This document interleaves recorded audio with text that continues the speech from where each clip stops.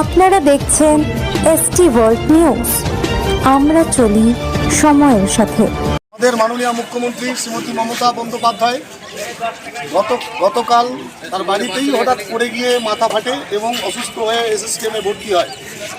আমরা বাংলার মাননীয় মুখ্যমন্ত্রী বঙ্গজননীর সুস্থতা কামনার জন্যে সুন্দরবন উন্নয়ন পর্ষদ বিষয়ক দপ্তরের যিনি তার একনিষ্ঠ সৈনিক এবং মন্ত্রী শ্রীযুত বঙ্কিমচন্দ্র হাজরা মহাশয়ের সঙ্গে থেকে মহামুনি কপিল ভগবানের জাতুল চরণে এই প্রার্থনা জানালাম, যিনি দিদিকে যেন তাড়াতাড়ি তিনি সুস্থ করে দেন এবং আমাদের মধ্যে ফিরে এসে আবার তিনি বাংলা শাসনের দায়িত্ব নিয়ে তিনি এগিয়ে চলেন।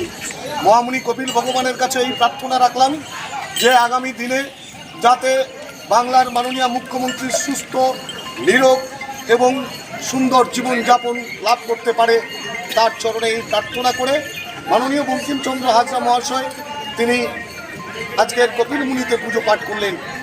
আমরা সকলে একসঙ্গে তার দিদির সুস্থতা কামনা করছি।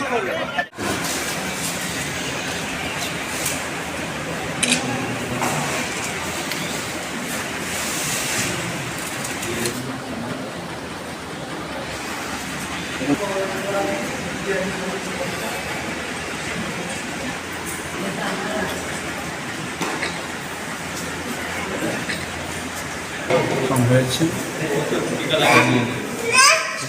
তিনি পরবর্তীকালে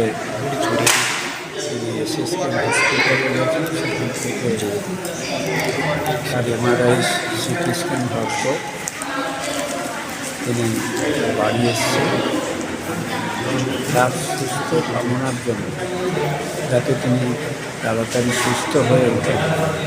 সেই কারণে আমরা সাংখ্য দর্শন কপিল মুনির কাছে আমরা পুজো দিয়ে প্রার্থনা করছি যে আমাকে যেন তাড়াতাড়ি সুস্থ করে, এই প্রার্থনা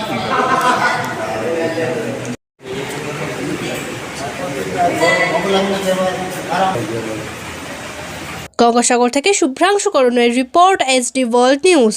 নতুন খবরের আপডেট পেতে আমাদের চ্যানেলটি সাবস্ক্রাইব করুন এবং বেল আইকনটি প্রেস করুন।